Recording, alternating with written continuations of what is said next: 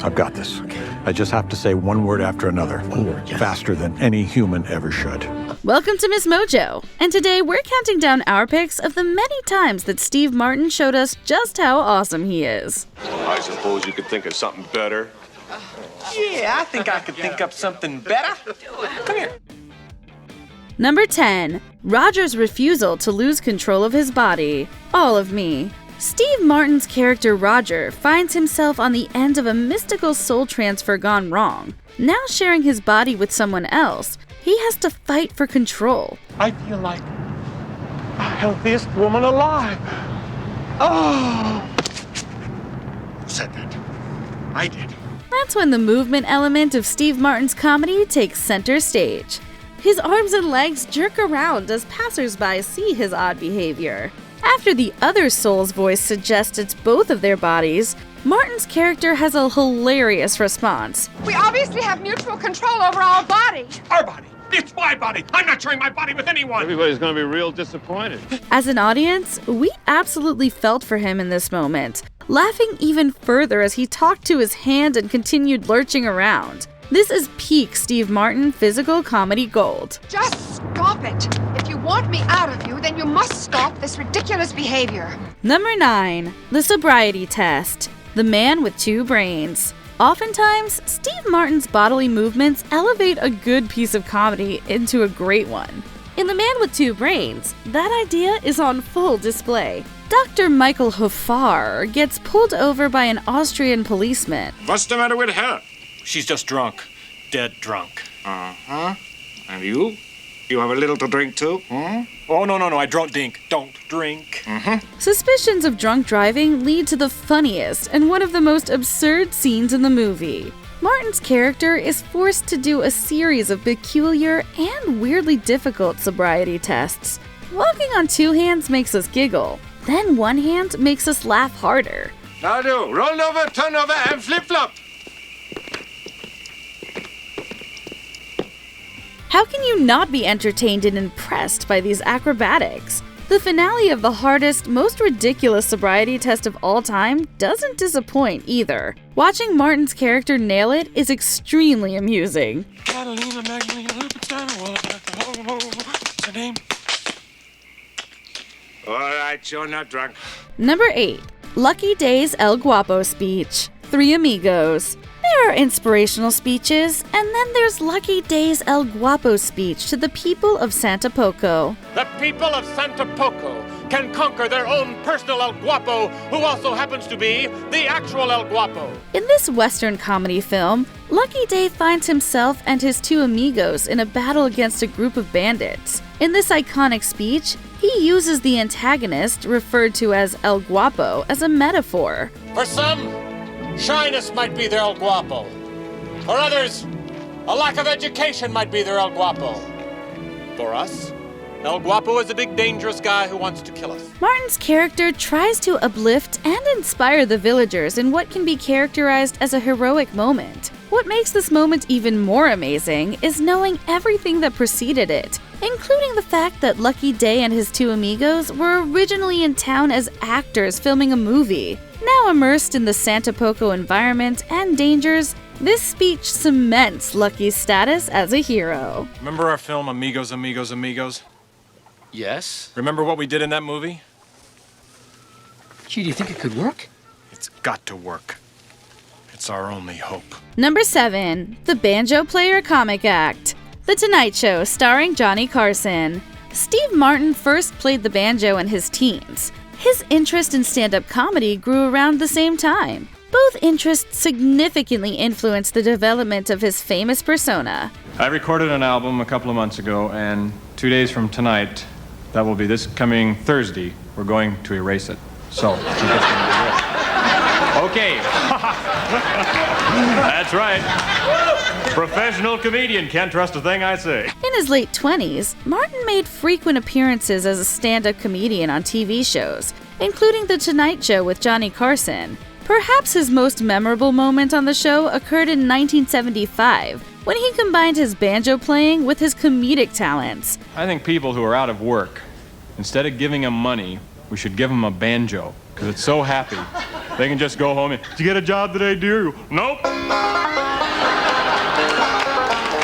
matter, though. While continuously delaying his banjo playing with jokes, Martin earned a series of deserved laughs from the audience. Besides the humorous jokes, Martin's cheerful demeanor and stylish 70s outfit made him all the more admirable. This outstanding act relatively early in his career surely earned him plenty of new fans. I always thought the banjo was the one thing that could have saved Nixon. You know, if he went on television and went, hi, everything's great. Number 6. King Tut, Saturday Night Live. In this classic SNL sketch, Martin cleverly critiques the commercialization of King Tut in an unforgettable way. And about 3 months ago, I was up in the woods and I wrote a song. I tried to use the ancient modalities and melodies. I would like to do it for you right now. Maybe we can all learn something. The lyrics, combined with Martin's distinctive singing voice and dance moves, stirred a great deal of laughter from the audience, and rightfully so. Tutankhamun died around the age of 18.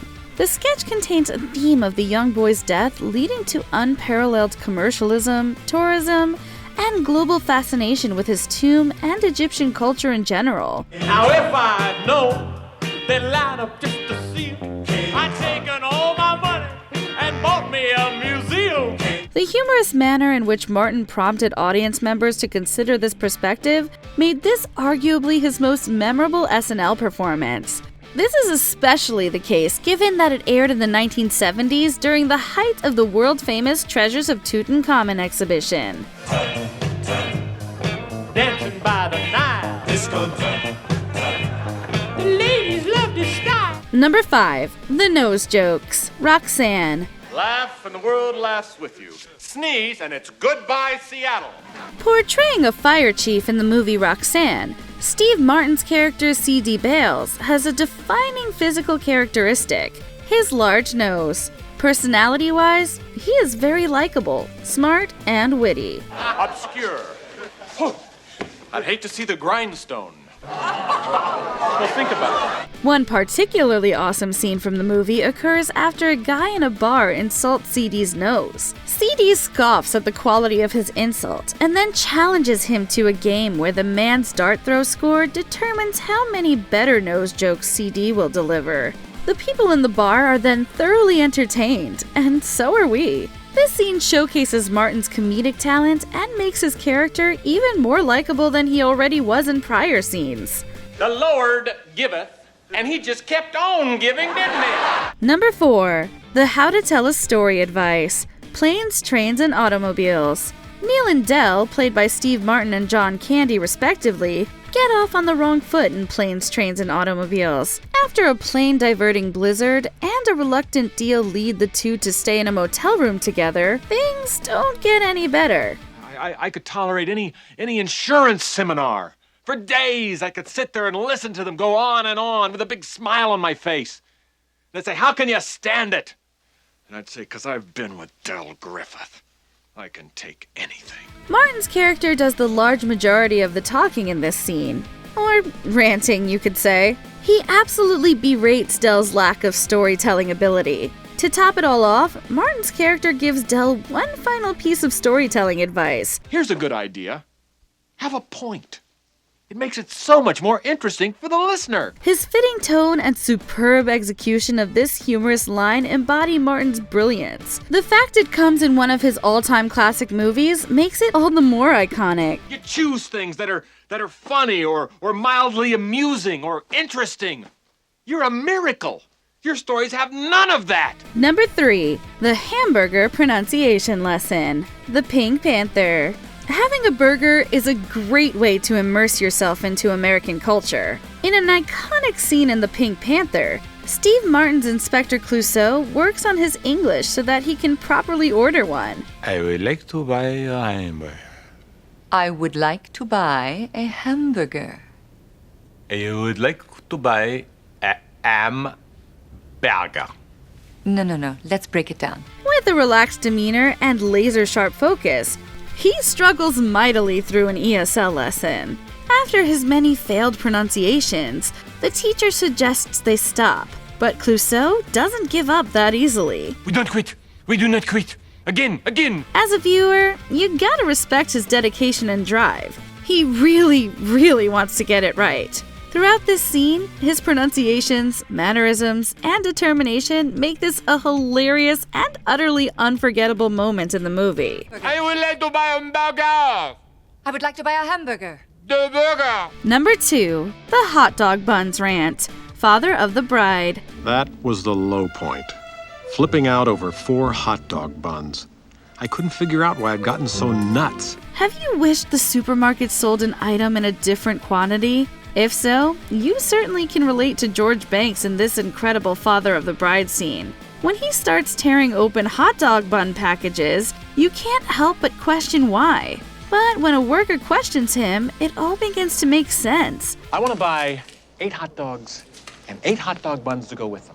But no one sells 8 hot dog buns. They only sell 12 hot dog buns. So I end up paying for 4 buns I don't need. So I am removing the superfluous bun. Martin's character brings up an excellent point that not only makes us laugh, but also enlightens us to the illogical reality of the hot dogs and hot dog buns packaging discrepancy. The word choices in this legendary rant are brilliantly executed. We thank Mr. Martin for making us consider this perspective and for fighting for wiener and bun equality. Because I'm not paying for one more thing I don't need. George Banks is saying no. Who's George Banks? Me! Before we unveil our top pick, here are a few honorable mentions. His acceptance speech. Mark Twain Prize for American Humor. Martin made the audience laugh by discussing his ability to make them laugh. If I have made you laugh 4 times, which is twice as many as 2 times, I am ecstatic. If I have made you laugh 5 or possibly 6 times, but I feel like I'm losing you. The Ruprecht dinner scene, Dirty Rotten Scoundrels. Martin nailed the facial expressions during this popular comedy film. Excuse me, may I go to the bathroom first? Of course you may.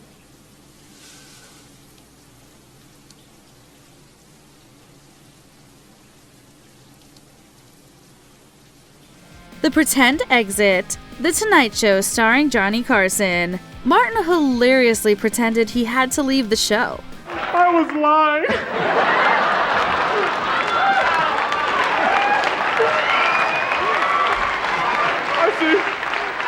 I see all the big stars come on, they always have to leave. The Book Show comment, Late Night with Conan O'Brien. Martin took a humorous shot at Conan's show. They said, do you want to do like a comedy show? I said, no. I want to do a show that when I look at it, I think of books. Which of the Pickwick triplets did it? Only Murders in the Building. Martin put his musical talent on full display. Which of the Pickwick triplets did it? Who of the crew would commit this crime? My little brat make a mommy go splat. It's a story pretty gory for a nursery rhyme. Before we continue, be sure to subscribe to our channel and ring the bell to get notified about our latest videos. You have the option to be notified for occasional videos or all of them. If you're on your phone, make sure you go into your settings and switch on notifications. Number 1. The All I Need Monologue, The Jerk. In this comedy classic, Navin Johnson is ready to take on adulthood and find his purpose. He goes on a series of adventures marked by humor, naivety, resilience, and personal growth. Along this humorous and unexpected journey, he finds wealth and love. In one particularly memorable scene, Navin gets into an argument with his wife after becoming broke again. I just want you like you used to be. What happened to that man? Me? What happened to the girl I believed in? The girl I fell in love with? The girl that believed in me? His emotional yet humorous leaving home moment is Martin at his best. He effectively conveys the fitting emotion, tone, and hilarious repetition of All I Need. The ashtray, the paddle game, and the remote control, and that's all I need. These matches.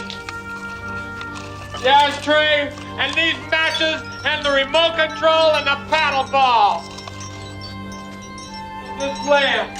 This was Martin's first leading role in a feature film, one that accelerated his stardom as a comedy actor. This scene especially showed us that all we need is more Steve Martin. Whoa, what are you looking at? What do you think I am, some kind of a jerk or something? Let us know in the comments what Steve Martin moment made you laugh the hardest. What better time than now to take a moment and recount all the awards I've received?